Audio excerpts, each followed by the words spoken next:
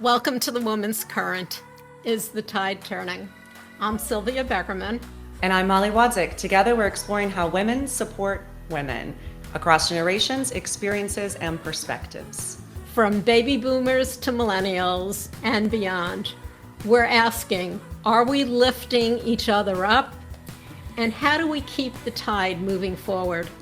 Each week we'll dive into real conversations with women who are reshaping the currents and reflect on what those stories mean for all of us. So let's dive in, let's get started. I think for ambition to be redefined, we also have to redefine its trajectory. Welcome to the Woman's Current. I'm Sylvia Beckerman, joined by my millennial co-host, Molly Wadzeck. Today, we're exploring how ambition and social expectations have shaped women's lives. From the Barbizon women of the 1940s, 1950s, to young women navigating modern workplaces.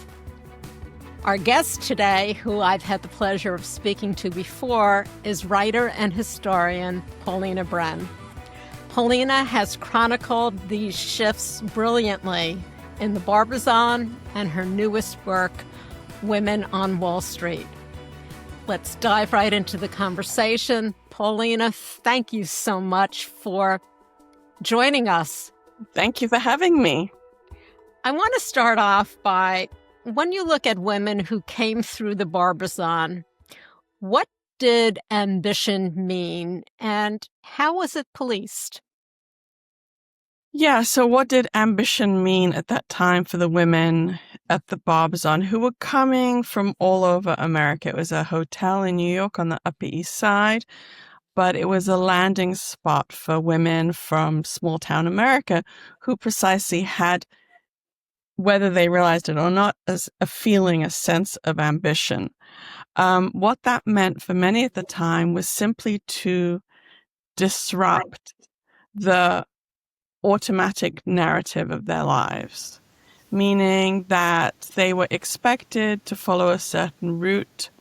Doesn't mean they weren't expected to work, depending on their class, of course. And I think we have to really keep that in mind when we talk about ambition or anything such as that. But they had a linear path of getting married, having children, and playing those roles. So in many ways, ambition, certainly in terms of the Barbizon Hotel, was just the fact that you got away, if only for a short period of time. You gave yourself this window of opportunity. And if that meant simply, being a secretary in an advertising agency, that was still so beyond what your narrative was back at home that I would say that was certainly a form, whether conscious or not, of ambition at that time among the women of the Barbizon. And I keep saying women of the Barbizon because obviously things are very different depending on not just who you are, but where your ambition is directed. So to contrast two worlds in the 1950s, we have the Barbizon women, and I talk a lot about in the book The Barbizon about Mademoiselle magazine, which was very pivotal in those days. It was on the literary scene, the magazine scene, the New York scene, but it was a woman's oasis. Certainly the editorial department, they were all women. They had a sort of closed world, but a very powerful world. You contrast that with 1950s, the very early pioneering women on Wall Street, as I write about in my book, She-Wolves. Now in the 1950s, they're secretaries and if they're trying to climb that ladder, they will find themselves as the only woman in a room. And so it really does depend on where you are, where your ambitions are directed, who you are, and obviously socioeconomic issues and issues of race as well, of course. Paulina, what can you say about the balance between the collaboration and competition with women during this time period and how that might look today, right? Men are always expected to be in competition with each other. It's healthy. It's good for everything really is what the messaging we get from our culture. But when it comes to women's competitiveness, it's seen as, women being unsupportive of one another. So how does that look back then, and how does that show up now, that balance between those two things? Yeah. Women are often pitted against each other in our culture. And women tend to identify not with other women, but with other categories, intersectional categories that they belong to, right? So they'll identify with their class, they'll identify with their race. And so as a result, I think it's a lot easier to pit women against each other. In the case of, when we talk about, the wonderful 1950s, everybody looked great, it was all, sexy New York. What in doing the research and talking to the women from that period, what was especially sad, I have to say, was how they were pitted against each other, less so in the workplace because the opportunities were so slim, but they were pitted against each other socially because the real competition was for the men, for the good future husbands. And so that's where any sort of collaboration would often fall apart. Obviously, this is, pre-women's movement, where things shift, and women are still very much set up to compete with one another for men. And that's something that you see absolutely play out at the Barbizon. So I don't know if you find that resonates, Molly, now.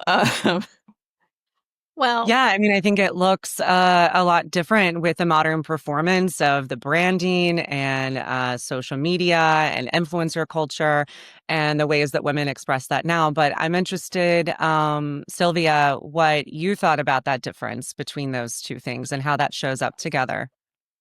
well, I know that ambition, I mean, the pitting women against women, I saw that when I was working, and I started working in the 70s, and it was, you had ambition, but you weren't supposed to really have huge ambition. Your ambition was not to be the chief operating officer or anything like that. And for the positions that were there, they did pitch you. The women that you worked with, you had to really be careful what you said, what you were trying to do, and how you wanted to move forward. So it was still a time where you were supposed to get married and have a family. And I know I wanted to, that was not my goal, although I grew up on all those movies and the Barbizon always interested me. So ambition was something that we were just maybe coming to, but it was still a dog eat dog. Forget about trying to compete with the men and forget about even trying to just do your job. And in doing your job, you wound up outdoing whether they were female or male, and especially the male, not because you were trying to show them up, only because you were doing your job. So it's a very slippery slope that you have to walk. And I still see that today. It's a little bit less, I think, but I'm not 100% sure because I've had that happen 10 years ago, 9 years ago. So the Barbizon, that's why it interests me so much and that generation and the research that you've done, Paulina, because the women were ambitious and yet pitted against one another. Well, I was just thinking, women's ambition is often seen as subversive. And going back for a moment to the 1950s, these are the early Cold War years. And there's also a culture war taking place. And so, of course, America sort of presents itself as proud of the fact that its women don't have to be out on the factory line, although, of course, many are.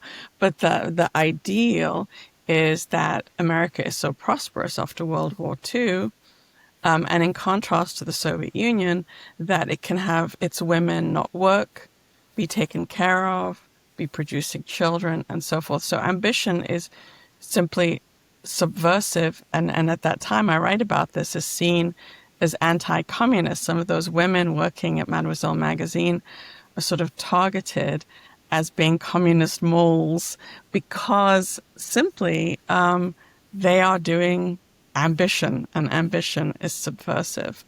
And I think to some extent that idea continues, that ambition for white straight men is a healthy thing. It's a good thing. For everybody else, it's variations of subversion. And it is subversion. And that brings me to, how were women expected to perform being ambitious, yet being feminine at the same time? I mean, that's that's often the thing. Yes. I'm thinking. Mhm. Yeah, from the Barbizon women, perfecting posture and lipstick, today's current, LinkedIn selves. Has anything really changed? As difficult, I think, as sort of the beauty standard that had to go along with being a person who's going to go somewhere, right? That beauty standard, we talk about it being so difficult, the girdle and everything, of course, horrible, restrictive. But ultimately, when I think about it, I think it's the beauty standards and the fight to stay young. It's so much worse now because now we have engineering possibilities. Mm-hmm. Before, you would take diet pills, which admittedly was speed, it turned out. They were Quaaludes. Yeah, exactly. But, so you took diet pills, there was no Ozempic, right? Before you would put cold cream on your face, there was no Botox. In some ways, I think the technology has made it that much worse for women because now the bar, even though it's a very, very convoluted bar, is much higher in terms of what women could potentially look like. And of course, in the workforce, putting aside celebrities trying to look young, in the workforce, looking young, especially as a woman, is important. You start to get overlooked as you get older. So I think in many ways, even though of course, like the beauty standards and so forth were restrictive in the 1950s, I think we're actually living in a far worse era in that sense.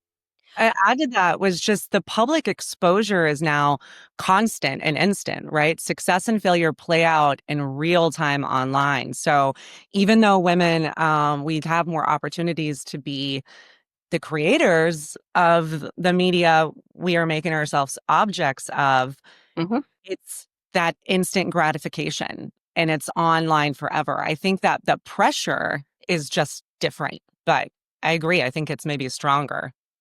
Also, may I just say, as one of the challenges women have is time. And I personally, I find, as a writer, as an author, there's some obligation to have a little bit of social media presence. I say very little because that's what I do. But it's time consuming. It sort of, for me at least, it deteriorates the time I have or how I wish to spend it. But I believe it also deteriorates how we think about ourselves. We take a look at how women were constricted back in the 40s, the 50s, even the 60s. My mother's generation, she gave us girdles, long line, high-waisted, left those in a lot of bathrooms. But seriously, try it. And being 5 feet tall. But back in the 50s, the 40s, the women had the white gloves, the hats, the little purses, and they all dressed alike. There was no true personality except for those like maybe a Katharine Hepburn who went against any kind of this is how we're supposed to look. So you have ambition that is really up against being feminine and trying to meld the two, which one, how do you do that and be ambitious? Because when you're working with men, you're supposed to, the whole idea as we were getting into the workplace, as we were leaning in or whatever you want to call it and moving further up. Oh, please, let's not use the word leaning in. Thank you. I don't like it either. Please, let's not please, leaning any place. Let's just get rid of that entirely from vocabulary. Good. But if you notice the shift, all of a sudden women were wearing pantsuits.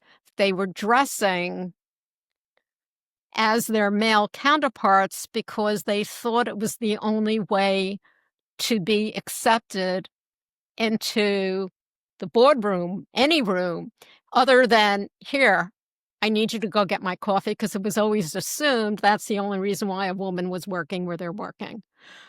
Well, actually, when women, certainly on Wall Street, started to wear slacks, as they were called, trousers, pants, that was a very brave move at the time. Later, we associate the 1980s with imitating menswear with big shoulders, right? Power suits. If the men can have power suits, the women can too.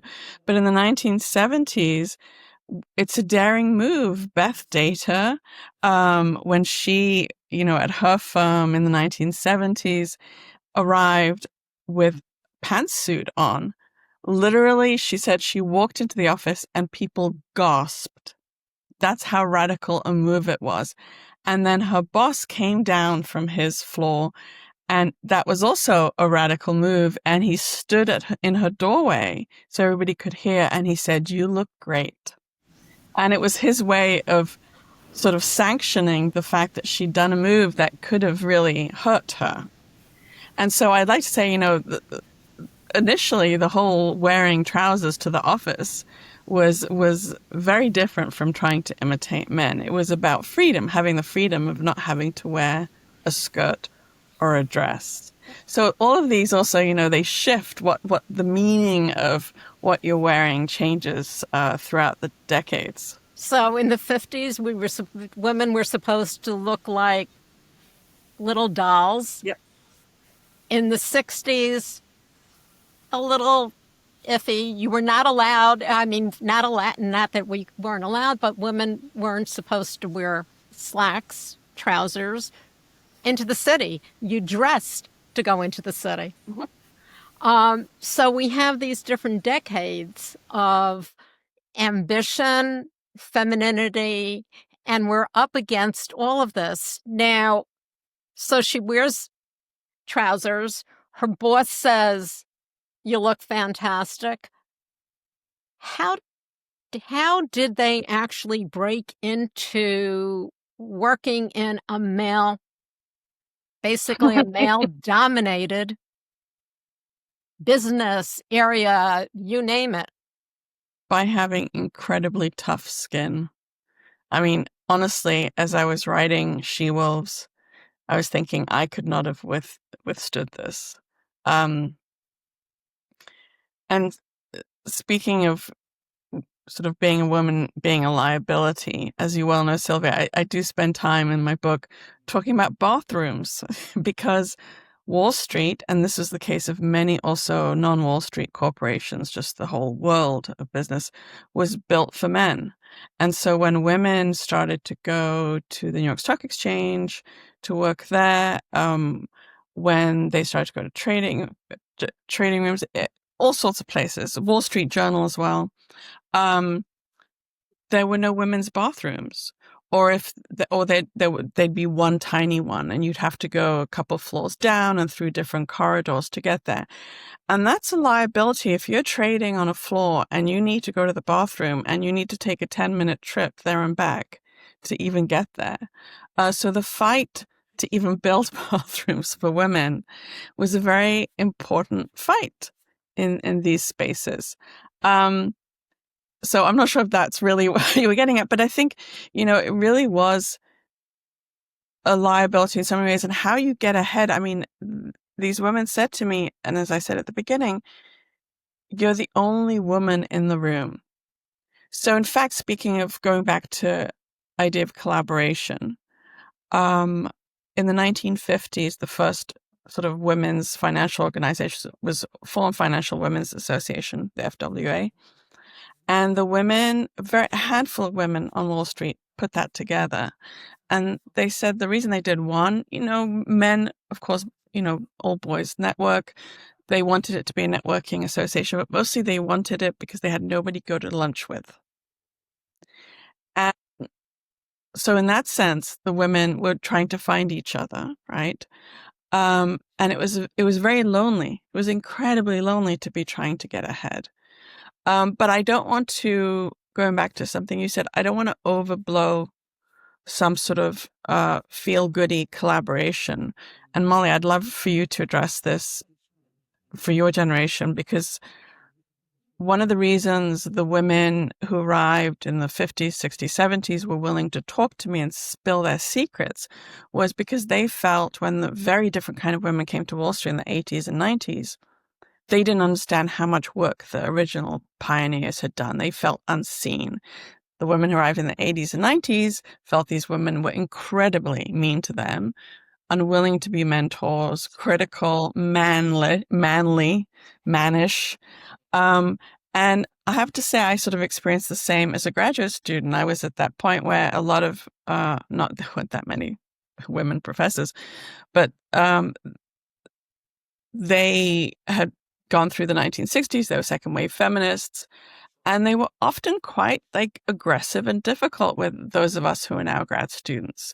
And again, I think a lot of it had to do with, I did this fight and now you just sit back, which wasn't true at all, but that's how they perceived it. Molly, do you find, somebody who's younger here?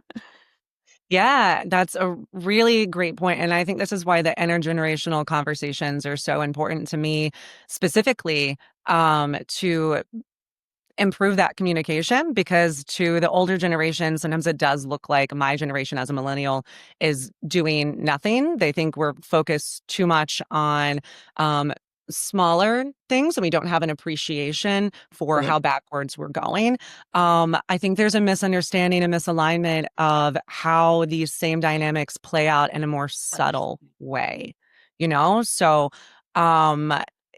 there have been some situations in my lives where women of older generations have definitely treated me the way you're talking about, because they think that there's some sort of inherent, my generation feels owed something, But I don't know. I think when I think about my daughter's generation and then Gen Z under me, I want things to be easier for them. I don't need them to acknowledge all the time how much we've done. Isn't that the point? Each generation subsequently, we're leaving improved conditions for them. Well, I think it goes back to that original thing of it's been throughout, from the moment women got the vote, suffragists really hoped, some assumed, that women would vote as a bloc in their own interests, and they didn't do it. They voted with their other, intersectional aspects of themselves, and often voted the same as their husband, basically. And so again, it goes back to this. Of course, every generation should be helping the next one, in my opinion. I mean, I certainly hope I do, but it's interesting to hear how we've all experienced that, where the previous generation somehow is angry about the fact that we're not appreciating it or fulfilling it or having it easier. That's the whole reason behind this, and that is communication, because we can't sit back and assume that each generation knows what happened before if we don't say anything. And it's not a question of looking for, oh, thank you, thank you, thank you. It's just a question of there's always, yes, I want my children to have it easier. I want my grandchildren to have it easier. But I also want them to be aware, not to say thank you, but to be aware of there's always a continuing, I don't want to use the word fight because unfortunately that's where we are right now, but it shouldn't be.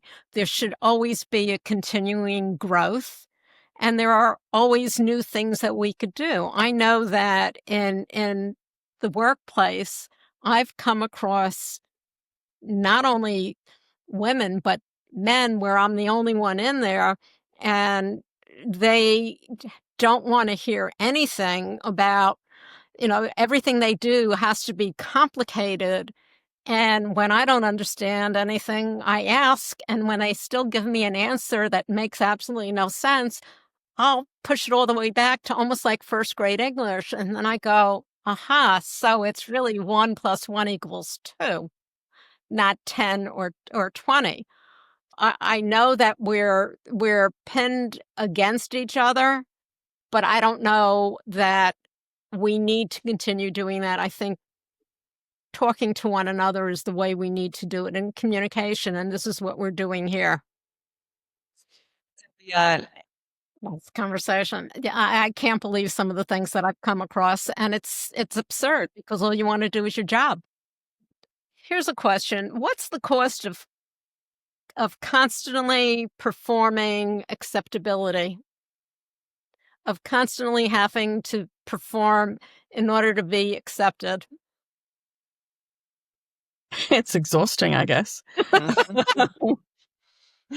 I don't know. I'm, it's, if one answers that personally or one answers, if I answer that through what I've, the women I've written about, I think I'll do both.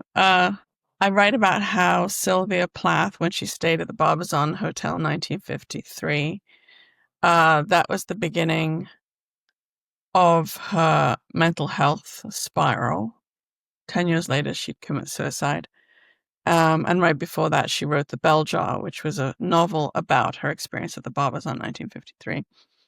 And at that time, why she started to spiral there is because she'd pinned this hope and this image of herself, of who she was going to be that summer in New York.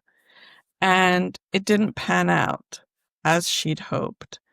And her frustration at being a young woman at that time, she writes, I think it was in her diary, about the frustration of men being allowed to have desire, and she's, teeming with desire and she can't act on it. So just trying to keep it together and project the person she was expected to be, and indeed she did that well, because when members of the Mademoiselle magazine editorial staff, which is where she was working during that summer as an intern, they were asked later, if they remembered Sylvia Plath. One of them famously said, no, she was just another smiley blonde girl here. And the woman didn't say it meanly. It was actually a very incisive remark. She was saying that these young women were forced to all look the same, sound the same, act cheerful, even when they're having a mental health breakdown. So certainly in her case, and this is what we can say, I think the contrast of the 1950s is the amount of energy it took to play that role was enormous, right? So I'll leave it there. Molly, what are your thoughts? Yeah. Well, I mean, when you're focusing all your energy on that, how do you have energy for creative pursuits and a professional life and the goals that you want to accomplish? I think it plays out the same way in this generation. And this is another thing that this might be a point of contention for women in older generations. And I'm interested to hear from you guys about it, as because we don't face the same kind of overt sexism in the workplace or in professional fields or creative fields. There seems to be an assumption from some groups of people in older generations that like we just have it so easy. But as we were talking about earlier, with the way, I can speak for myself. I am very active on social media. One, because I'm a millennial and I'm just addicted to the internet and pop culture. And I write a lot about pop culture, but I do feel a lot of pressure to have a big social media presence, to have that engagement. And I do feel those same pressures to perform femininity in certain ways. I've written about it, but it's not in the same context that Sylvia Plath faced, right? It's in the comment sections, it's in the emails that I get, it's in the response to my work. It's that you're not pretty to be complaining enough about this. We're still subjected to everything being under the gaze of like what men want to see. And I think Yeah. that's the biggest parallel that I've experienced in learning about this history that you've written about. And I was just thinking as you were talking about this, last semester, or no, was it? I can't remember. Recently, I was teaching a course I teach all the time, Introduction to Women Feminist Queer Studies. And usually there's a man, 2, 3 men in the class. These are small classes. This time, for the first time ever, it was only women. And I shouldn't say, also non-binary, but a class of women for the most part. We got into a discussion of how they feel in other classes and how they present themselves versus the men in their classes. And one woman said she is a gifted musician and she was in a composition like composer class. And they had to go around the rooms introducing themselves. And it was just her and another woman, and then they were all men or boys. And she said it was really remarkable to listen to because all the men would like reel off all their accomplishments, like boost their accomplishments. I mean, we're talking about 18-year-olds here. And when it came to her and her female friend there, they both underplayed. And when I heard that, like, the idea that this is still happening, and then other students all said that they censor themselves in other classes. This is the only class they don't censor themselves in because they don't feel judged. And I don't think it's me, I'm a judgy person, but what they were saying, of course, was that they were not feeling judged by any men in that class. And I was really shocked to hear this at this point a year ago. So that gave me pause to hear them talking about the experience of being in a classroom that I felt how many years ago now? 40 years ago. That was shocking. Well, it's a tricky slope for women to be able to talk about their accomplishments, talk about what they've done and where they want to go. And it is still happening. It's happening in so many ways. Molly, you said the pressure of being a millennial and being on social media all the time. And then as a baby boomer, if you're not on social media, then you must be old, or you must, not really care. And then you're showing pictures of this or that. And we have all these ideas and presumptions that are harmful to so many people, because it's difficult to just express who you are, what you've done, and it shouldn't be. We should be able to talk about what we've accomplished. We should be able to talk about what we want to do. We should be able to talk about, hey, this is great. I mean, Molly, I found you on social media because you're of not just the pop culture, but because you have a voice and you're not afraid to use it, which is unusual for a lot of young people these days.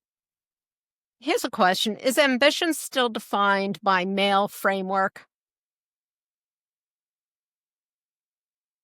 Who wants to take this? Oh, I'd love to hear your take. I mean, I think it still is, Oh, I think I've had the experience of, you know, meetings and being a board member on certain organizations, and it's the same story. It's the same, like, I say something I think is not maybe the most brilliant take in the world, but not listened to. Man repeats the same thing, right? That gets listened to. And I definitely relate to those students feeling most comfortable in a room full of not men, because I feel Yeah. like there's a greater chance that I'm not going to be judged by my gender or my gender representation, and that my ideas are just going to be heard at face value. There we go. That's exactly, yeah.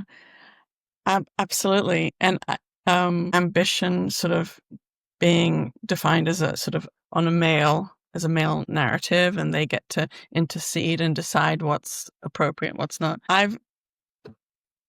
One of the things that's been, well, many things are interesting, but one thing I noted was before I started to write these trade books, as they're called, meaning they're everywhere. You can buy them, unlike academic books. I'd written 2 academic books and I switched to trade books. And in my circle of friends, it was usually men my age, and that's just, within a few years, who would say in a very offhand way, oh, I just, I'm past ambition. Yes, you are. And these are people who are journalists and wanted to write a book and maybe wanted to write a book and never did. It was really, and I don't think they even knew the psychology of what they were saying. But it was so interesting to me that now I'm being accused of, sort of being too old for ambition. They're already done with that. Too old? Yeah. It's like, did you not get the memo, Paul? It was really absolutely no women said anything like that. Anything, just completely supportive. But as I say, these otherwise lovely men, I don't think they even realized what they were saying. And it also made me think about, excuse me, ambition is seen, and this is to your question, I think, Sylvia. Ambition is seen as linear, right? Because it can be, therefore, on a male trajectory, or traditionally could be on a male trajectory. So men could be having a family and kids, and they could still be out there being, going to late night meetings, going to, the dinners with clients, doing all those things. So ambition is seen as like from here to here, and, you have to succeed along this timeline. And I'd say for women, and I think we have to start, and I think maybe because of COVID and Zoom, and then the recognition that people don't need to be in the office all the time, they could do a hybrid model. I think that's going to benefit women, or is benefiting women. But I think for ambition to be redefined, we also have to redefine its trajectory. So I don't think it's an accident that I'm now writing trade books when now my daughter is 21. I was busy bringing up a kid and doing, frankly, most of the work of that. And so I think this idea that you have to hit hard and it has to all happen at the beginning. I mean, it's not like I wasn't publishing, but it's a whole different thing now. I think that has to be rethought. That's part of the problem of this definition that's been foisted on us, which does not go with our timelines most of the time. Certainly not if we want to have a family. Okay. What happens when women stop competing on the old terms and start supporting one another, when we actually are not trying to outdo one another and we're actually maybe supporting? Oh, I have an answer for that. I don't know what Okay. happens, but I think part of what I've seen in my group of friends as we are entering middle age and decentering men, Okay. decentering men's ideas, like Paulina's talking about the different ways ambition can look. We've been fed one narrative, one example of what it's supposed to be. And instead of emulating that, I've been looking around at my friends and think like, look at all the different ways these mothers who still, all of our children are still pretty young, but there's opportunities for entrepreneurship to sprinkle in around the parenting. And of course, there's a lot of societal structures and social structures that prevent a lot of this for a lot of women, especially Paulina, when you talk about, intersectionality, class, race, socioeconomic status. But that's been my biggest revelation, I think, over the past few years as I've really leaned in to my group of female friends more so than centering men. Yeah, I mean, I'm a woman's woman. I have women friends. So for me, that's just always been an enormous aspect of my life. And I think it's incredibly healthy. And I think every woman should try to have that. I think I might be a little more optimistic here than Molly. I actually see a lot of support among women now that I just didn't before. And maybe, I'm in academia, so, and it's a different world, I think. Our dress standards are not high. We have a lot of, now, today, unlike when I was in graduate school, a lot of women in academia, a lot of people of color in academia. It's sort of a different thing. But I do see a lot of collaboration and help there. And I have to say, as I've been, giving this past year, giving a lot of talks about the most recent book, She Wolves, I've really loved seeing like the women who come of all different ages to these talks, and especially when these talks actually based. I've done like JP Morgan, UBS, so when they're actually based in these, financial hubs, seeing the camaraderie between the women. Now, I'm not in the workplace with them, but it's a very natural, like you can read it's not fake. I've really been so happy to see that. At the same time, young women have come up to me and they're like, just so you know, things have not changed that much. But I don't think they're talking about that. They're talking about, you know, being the only woman in the room often, or at the dinner and having to hear a certain type of joke, which is not funny. That's what they're talking about.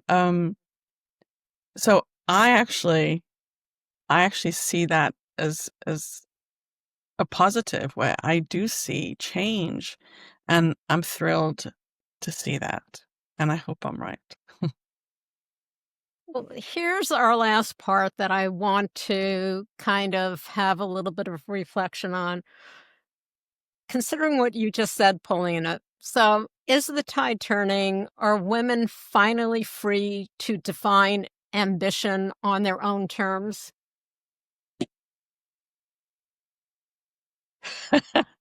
Maybe we should just get rid of the idea of ambition. Okay, so what's a maybe, different word? maybe that's like a male construct. I always find myself thinking about the historian Judith Bennett, who actually writes medieval history. But she wrote a very famous and insightful article that we teach at Vassar in the Women Feminist Queer Studies program. And it's basically, it comes down to this idea.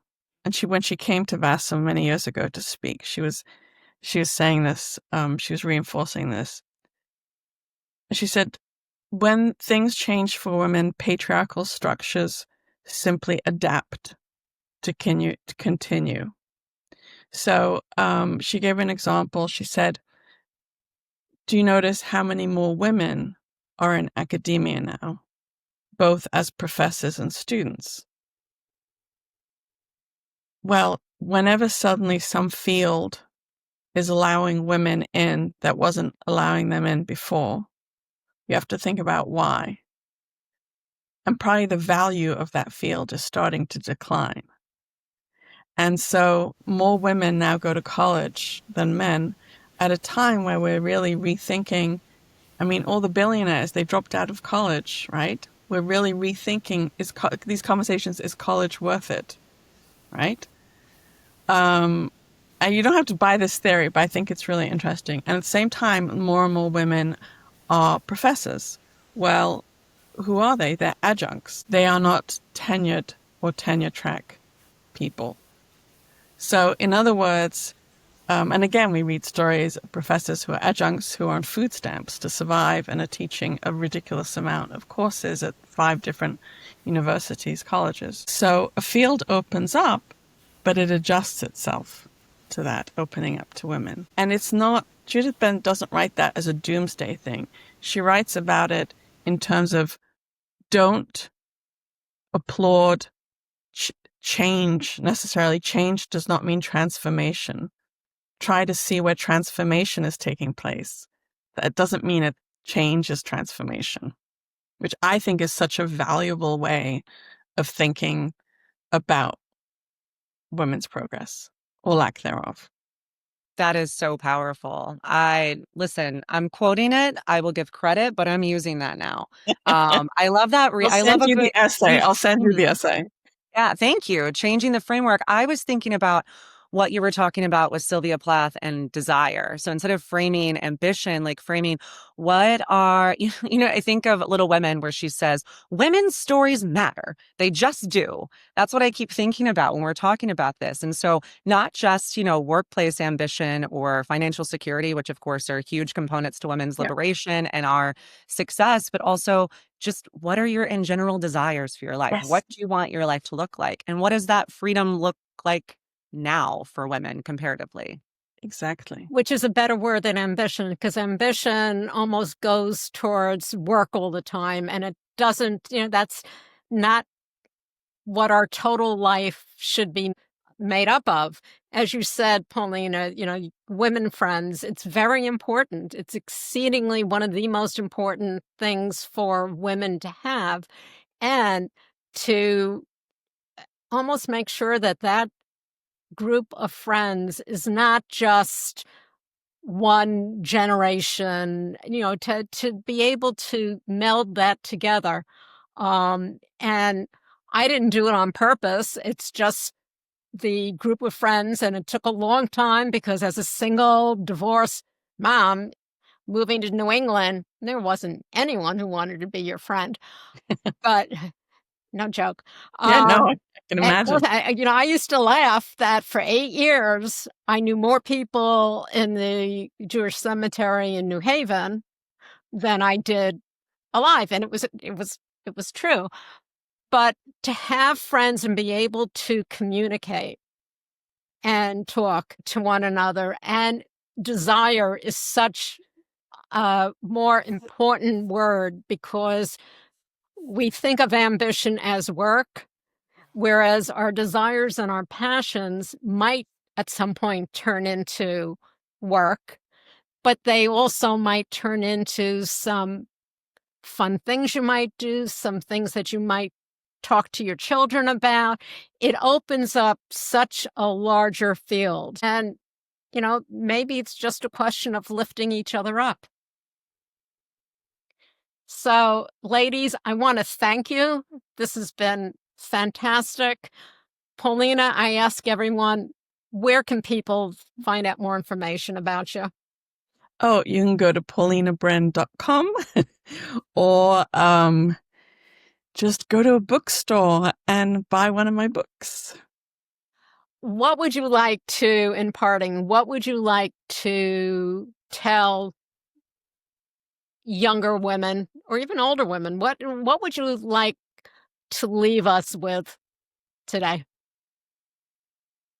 Well, I think it follows on what you were just saying and what Molly started, this idea that I'd prefer to use the word passion than ambition, because ambition is just tied into capitalism far too much.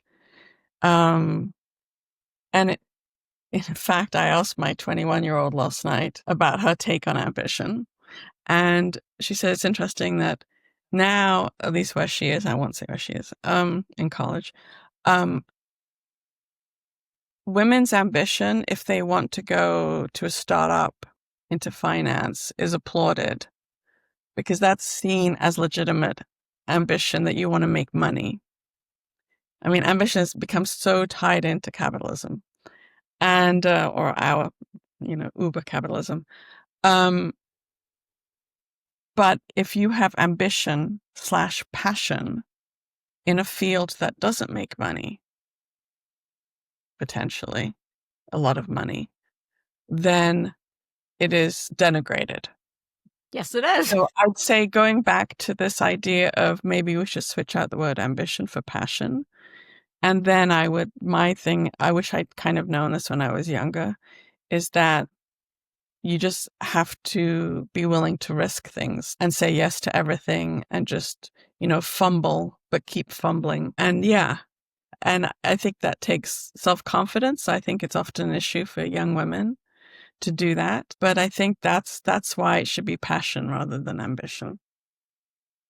Well, I totally agree.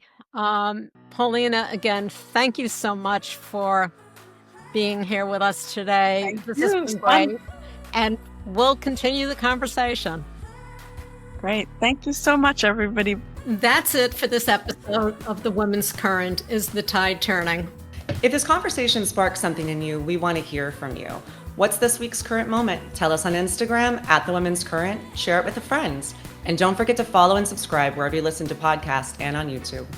Join us each week as we explore how women are supporting each other and where do we go from here.